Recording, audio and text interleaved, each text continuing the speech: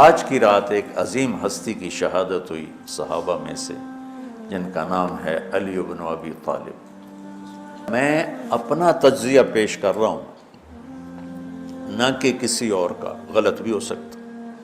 تمام صحابہ میں سب سے مظلوم ہستی علی بن ابی طالب، سب سے مظلوم ہستی، جن کی اولاد کا بچہ بچہ ذبح کر دیا، خود بھی شہید ہوئے اور آگے نسل بھی ساری ذبح۔ آج کی رات 21ویں روزے حضرت علی رضی اللہ تعالیٰ عنہ پر حملہ ہوا، شہید تو پھر 2 دن کے بعد ہوئے، موت تو 2 دن کے بعد واقع ہوئی، لیکن 21 کی رات تھی۔ علی بن ابی طالب بن عبد المطلب بن ہاشم بن عبد مناف بن قصی بن کلاب بن مرہ بن کعب بن لوی بن غالب بن فہر بن مالک بن نضر بن کنانہ بن خزیمہ بن مدرک بن الیاس بن مدر بن نزار بن معد بن عدنان بن عود بن حمیسہ بن سلامان بن عوس بن بوز بن قموال بن ابی بن عوام بن ناشد بن حذا بن بلداس بن یدلاف بن طابخ بن جاحم بن ناحش بن ماخی بن عیفی بن عبقر بن عبید بن الدعاء بن حمدان بن سنبر بن یثربی بن یحزن بن یلحن بن انعوا بعیزی بن زیشان بن عیسر بن اقناد بن ایہام بن مقصر بن ناحث بن زارع بن سمی بن مزی بن عود بن عرام بن قیدار بن اسماعیل بن ابراہیم بن آذر بن ناحور بن سروج بن رعو بن فائج بن عابر بن ارفخشاد بن سام بن نوح بن لامک بن متوشال بن ادریس بن یرد بن ملحل بن قینان بن آنوش بن شیسو بن آدم علیہ السلام۔ آج ہمارا جی چاہ کہ میں امیر المومنین کا نسب بیان کروں کہ آج ان کی شہادت کی رات ہے، شہادت کا دن ہے، کہ جب اہل شام نے الگ حکومت اپنی قائم کر دی، حضرت علی کے مقابلے میں اپنی حکومت کا اعلان کر دیا تحکیم کے فیصلے کے بعد، اور اس پر خوارج کی ایک جماعت بن گئی، الگ ہو گئے، جنہوں نے پھر بڑی خوفناک جنگیں کی، بڑے زمانے تک وہ مسلمانوں کو نقصان پہنچاتے رہے۔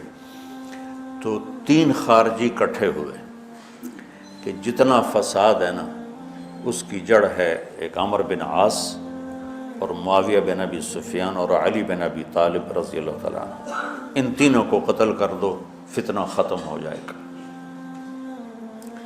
تو عمر بن عاص اس دن آئے ہی نہیں، وہ مصر کے گورنر تھے، فجر کی نماز، تو جو ان کی جگہ آئے وہ مارے گئے، شہید ہو گئے۔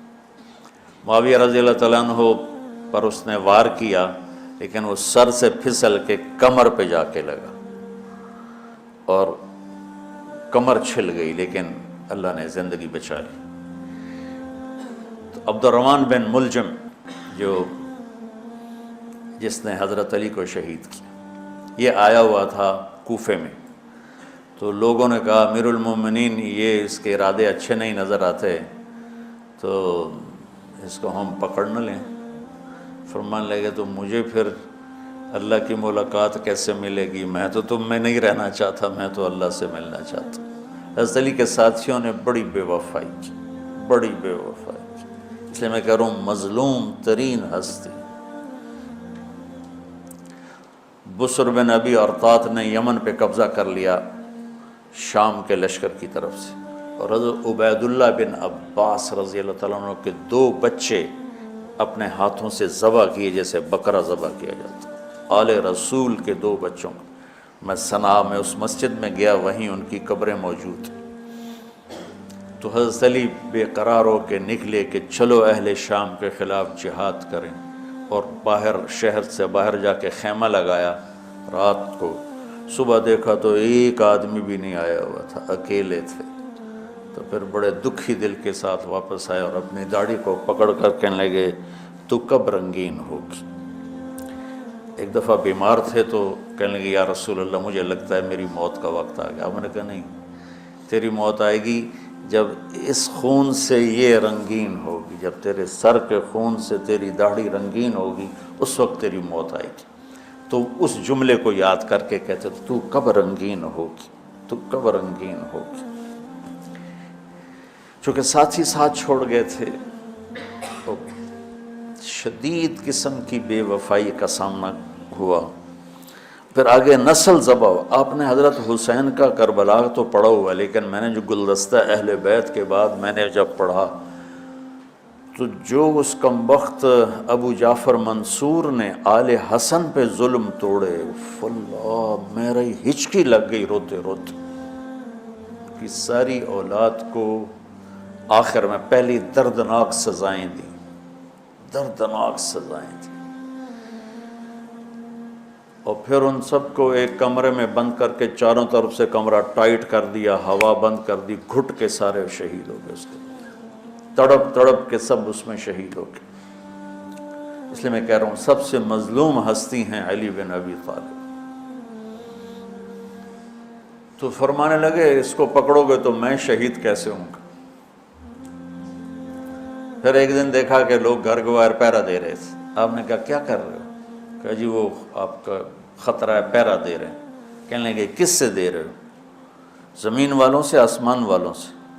وہ کہنے لگے جی آسمان والوں سے کون دے سکتا ہوں، زمین والوں سے پہرا دینے کا، بیٹا جا کے سو جاؤ، آسمان والا فیصلہ کرتا ہے تو زمینی پہرے کام نہیں آتے، جاؤ، اور فیصلے آسمان سے اترتے ہیں، زمین پہ نہیں اترتے۔ تو 21 رمضان کو فجر کی نماز میں اس نے آ کے جو وار وہ سیدھا سر پہ لگا تو سر پھٹ گیا، تلوار دماغ میں چلی گئی، شور مچ گیا، پکڑا گیا۔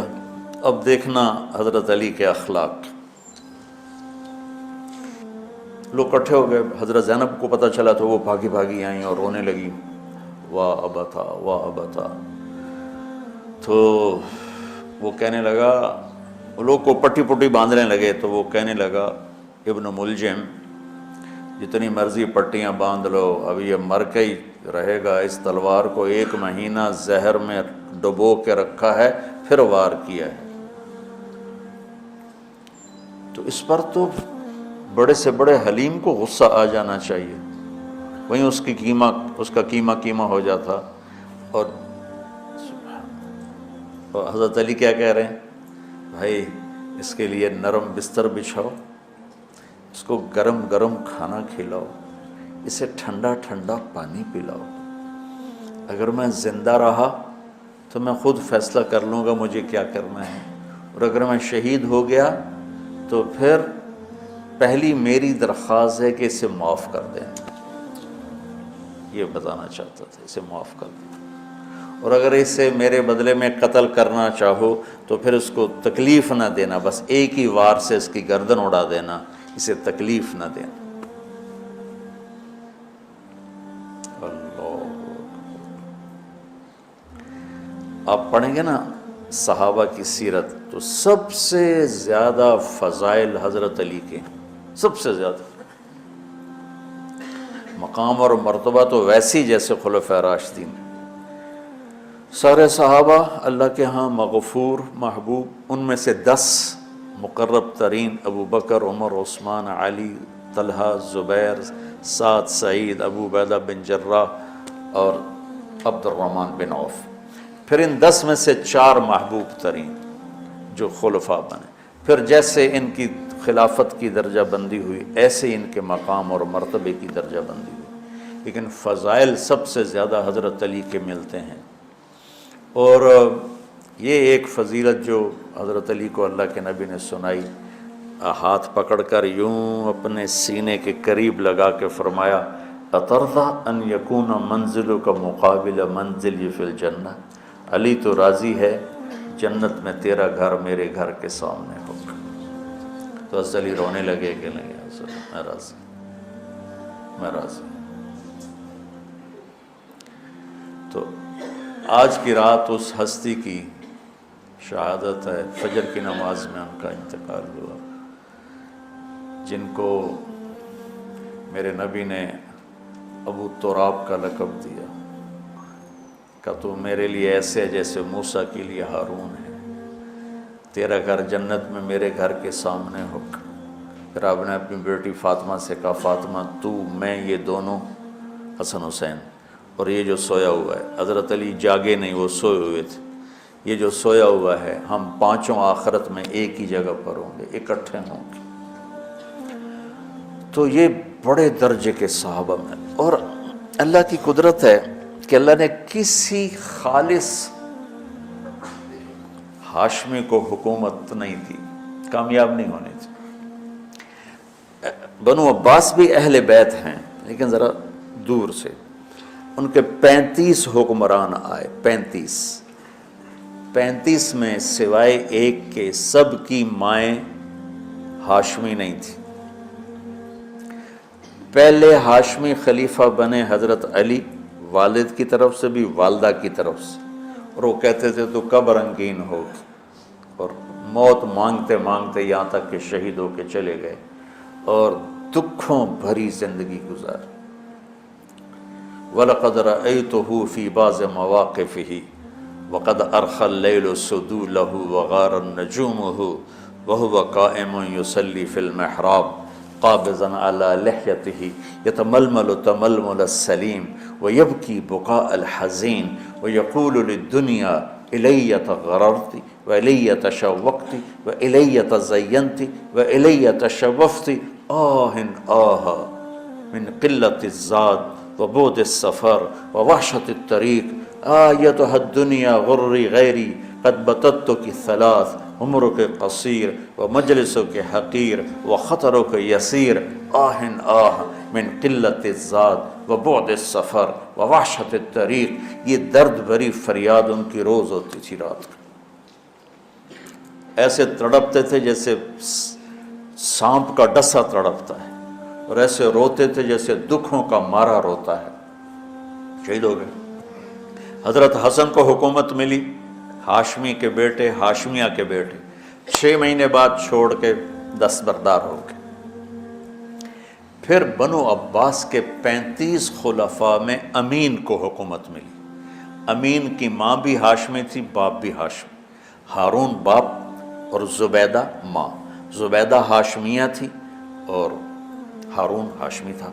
مامون اس کا بھائی باندی کا بیٹا تھا، امین زبیدہ کا بیٹا تھا، اور ہارون نے زبیدہ کے پریشر میں وصیت نامہ امین کے لیے لکھوایا، اور بعد میں مامون، کہ پہلے خلیفہ امین ہوگا، امین کے بعد مامون ہوگا۔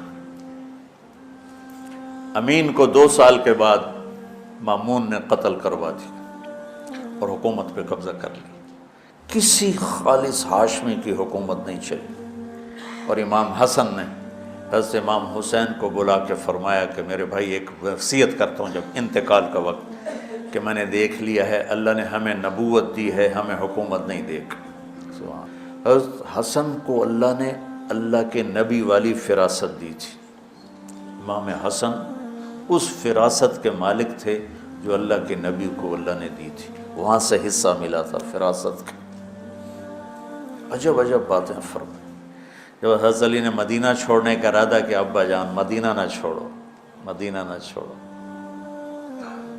آپ اکیلے ہو جاؤ گے، آپ تنہا ہو جاؤ گے، مدینہ نہ چھوڑو۔ تو امین کو مامون نے قتل کروا دیا، اور پھر اس نے خود 20 سال حکومت کی۔ تو اللہ تعالیٰ نے اہل بیت کو حکومت سے گندہ ہی نہیں ہونے دیا۔